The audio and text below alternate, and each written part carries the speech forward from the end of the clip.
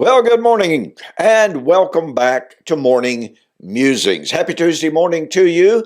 I appreciate you being with me so very much. And I want to get right back into it. As I suggested yesterday, and I went back over some territory, driving home the message that this subject of Zion carries with it the, the entire scheme of redemption. Because in the Old Testament, every single eschatological element, once again, salvation, forgiveness, redemption, kingdom, wedding, resurrection, every single one of those tenets is linked with Zion in the Old Testament. And thus, when the New Testament writers who tell us that their eschatology was foretold by Moses, Samuel, yea, and all of the prophets who have ever spoken, Acts chapter 3, 21 and following. And when Paul says that his doctrine of the resurrection was nothing but the hope of Israel found in Moses, the law, and the prophets. And when the New Testament writers tell us that Zion was about to come from God out of heaven, what are we supposed to think? I have said this many times. That passage in Hebrews chapter 12, you have come to Mount Zion, is so incredibly rich, incredibly powerful. And by the way, let's not forget, Hebrews chapter 12 specifically says, the Greek of the text, you have come to Mount Zion and you stand in festal assembly, waiting for the revelation of Zion, which was about to come. Hebrews 13, 14. Well, folks, if they are in festal assembly, they've come to Zion. I think you understand, don't you, that the Hebrews writer was not saying they were literally standing at literal physical Zion in Jerusalem. No. Purely spiritual. Real, actual, but not literal, not physical. And so once we catch the power of the writer saying, you have come to Mount Zion, it should change our entire view of eschatology. The very idea of the writer of Hebrews saying, in Hebrews chapter 12, you have come to Mount Zion, and then to do as commentators commonly do is say, well, yeah, we're still standing there waiting for the fulfillment. 2,000 years later. No. John is very emphatic.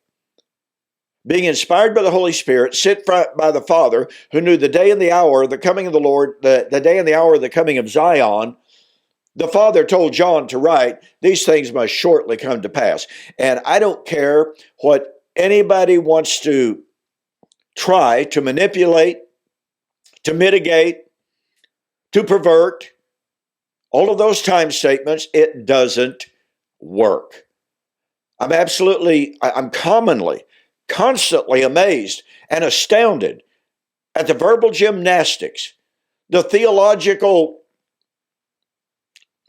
games that many former preterists engage in to avoid and to deny the time statements of Scripture. It is astounding. And it's also extremely sad. Okay, want to get back to this. I suggested to you over the last several videos that this concept of Zion and the wedding are bound up inextricably. Let's go back over one more time, Isaiah chapter 62. In Isaiah chapter 62, behold, your salvation is coming. His reward is with him. That's the coming of the Lord. What was the Lord coming for? To remarry Israel, but not just the 10 northern tribes. Remember, as I proved yesterday, the promise of the exaltation, glorification, and reformation/restoration of Zion, of Isaiah 62 and 7, is the eschatological and soteriological promise of the fulfillment of God's eschatological narrative. It's not just about the 10 northern tribes. It's not just about the 2 southern tribes. It is the restoration of all 12 tribes, which, to reiterate the point from yesterday, the restoration of all 12 tribes is nothing but restoration, resurrection. But remember, Isaiah 62 posits that at the time of the wedding. As a young man rejoices over his bride, so shall the Lord rejoice over you. And you shall be called Beulah. You shall be called Hephzibah, married and blessed. This is at the coming of the Lord. You know, in the Churches of Christ Amillennial Fellowship, it's really quite hilarious and sad all at the same time. There has been, and I'll be really honest, I haven't kept up with it just exactly lately, but there has been down through the years this ongoing controversy. When did the marriage take place? Some prominent ministers in the Churches of Christ say, well, the wedding had to take place at Pentecost, because if the wedding didn't take place, then you have children of God being born to a betrothed bride before the wedding. And that's heresy. And then you have other very prominent ministers arguing, well, Paul, writing well after the day of Pentecost, argued, no, you're just betrothed, and the book of Revelation places the wedding at the destruction of Babylon. And to suggest that the wedding could take place at any other time is heresy. So we have these 2 opposing camps: the wedding at Pentecost or the wedding at the coming of the Lord. Each pointing the finger. That's heresy over there. No. That's heresy over there. Oh, yet they could still get along. But when preterists come along and talk about the wedding at the time of the destruction of Jerusalem, that's heresy. Yeah, okay. Enough of that. Once again, Isaiah 62, the wedding at the coming of the Lord for the salvation of Israel, to bring the nations into Israel's salvation. Let's talk about the New Testament and the wedding. Now remember, Matthew chapter 25, 1 through 13, posits the wedding at the coming of the bridegroom. That's the second coming. So 99.9% of all commentators say, well, yeah, the coming of the bridegroom, that's the second coming of Christ. Futurists say, well, that's at the end of the Christian age. That's the end of time. Well, if Matthew chapter 25, 1 to 13, if that's the wedding at the end of time, then guess what? The wedding was not on Pentecost. Isn't that pretty simple? But watch this. A certain rich man made a great wedding feast. Wait a minute. Made a what? A great wedding feast for his son. And he sent out his servants to call those who had been invited. Now, you got to catch the power of that in the Greek, okay? Those guests to whom these servants are sent are the ones that were initially invited to the wedding, to whom was the promise of the wedding given originally.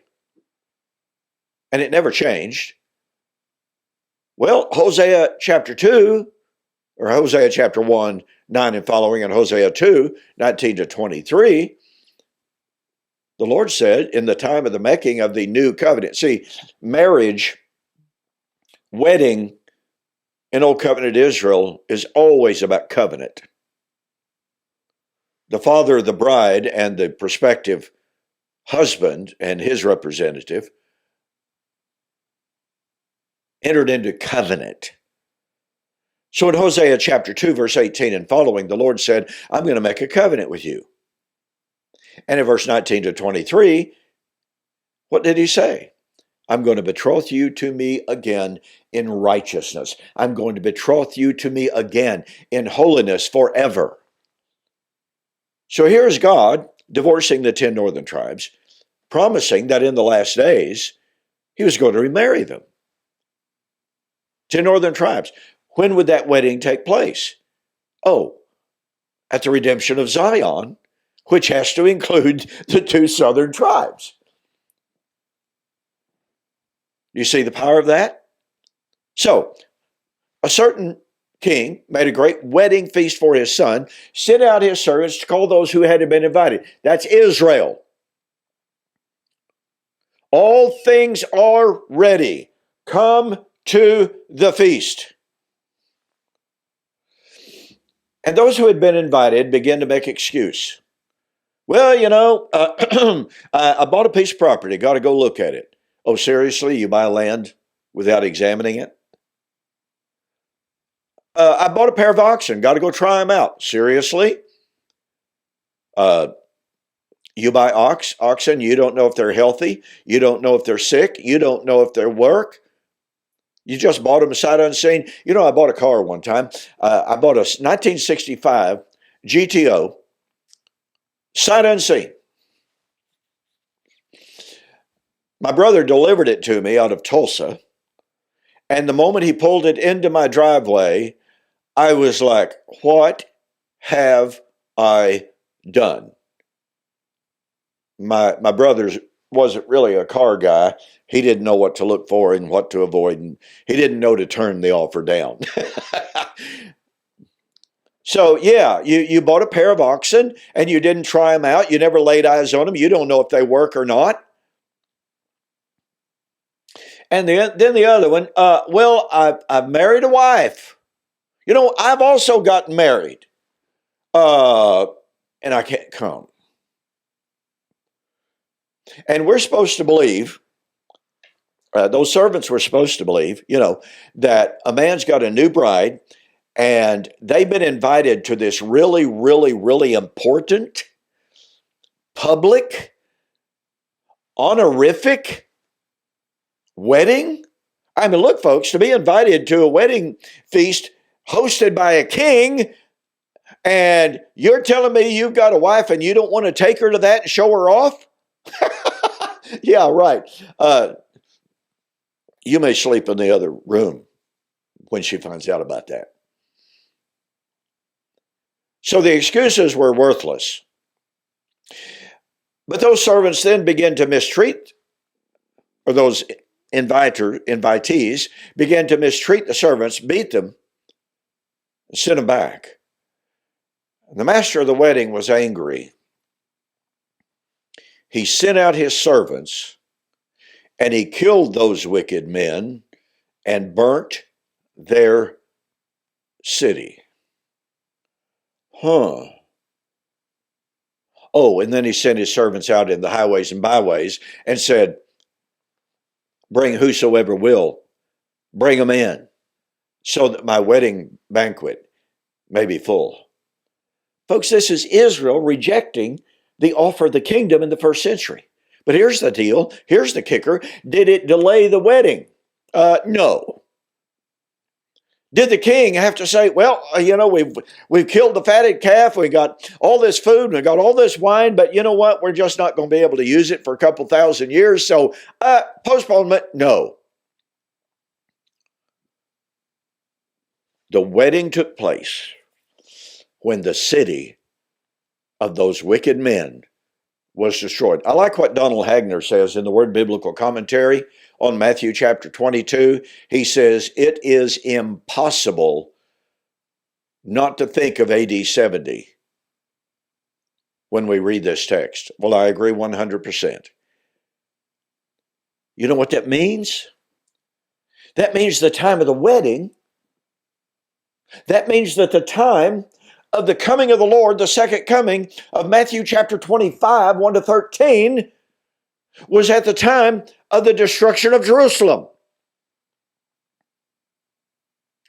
and the wedding that followed immediately at the same time, whatever.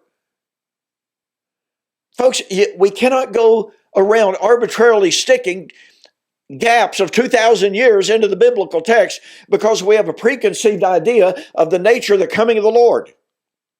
Because we have a preconceived idea of what the wedding's got to be like. Matthew chapter 22 is based squarely on Hosea, based squarely on Isaiah 62, based squarely upon Isaiah 54, and on and on. All of which have the coming of the Lord and the wedding at the time of the destruction of Jerusalem.